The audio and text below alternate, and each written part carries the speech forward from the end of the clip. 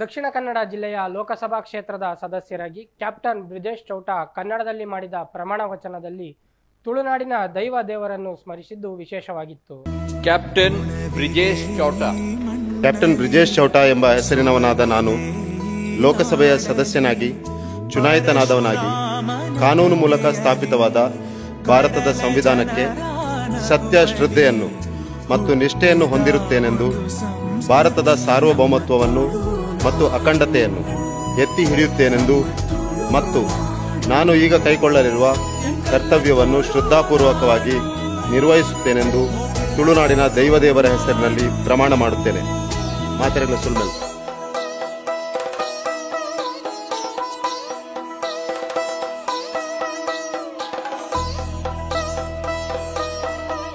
Captain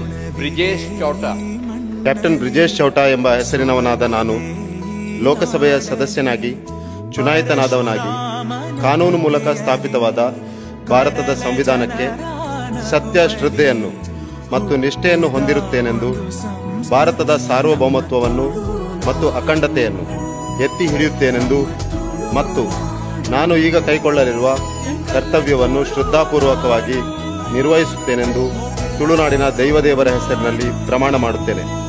ಮಾತೆರೆಗಳ ಸುಲ್ಮೆಲ್.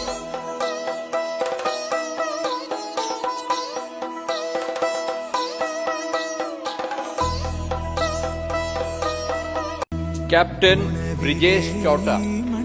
Brijesh Chowta ಎಂಬ ಹೆಸರಿನವನಾದ ನಾನು ಲೋಕಸಭೆಯ ಸದಸ್ಯನಾಗಿ ಚುನಾಯಿತನಾದವನಾಗಿ ಕಾನೂನು ಮೂಲಕ ಸ್ಥಾಪಿತವಾದ ಭಾರತದ ಸಂವಿಧಾನಕ್ಕೆ ಸತ್ಯ ಶ್ರದ್ಧೆಯನ್ನು ಮತ್ತು ನಿಷ್ಠೆಯನ್ನು ಹೊಂದಿರುತ್ತೇನೆಂದು ಭಾರತದ ಸಾರ್ವಭೌಮತ್ವವನ್ನು ಮತ್ತು ಅಖಂಡತೆಯನ್ನು ಎತ್ತಿ ಹಿಡಿಯುತ್ತೇನೆಂದು ಮತ್ತು ನಾನು ಈಗ ಕೈಗೊಳ್ಳಲಿರುವ ಕರ್ತವ್ಯವನ್ನು ಶ್ರದ್ಧಾಪೂರ್ವಕವಾಗಿ ನಿರ್ವಹಿಸುತ್ತೇನೆಂದು ತುಳುನಾಡಿನ ದೈವದೇವರ ಹೆಸರಿನಲ್ಲಿ ಪ್ರಮಾಣ ಮಾಡುತ್ತೇನೆ.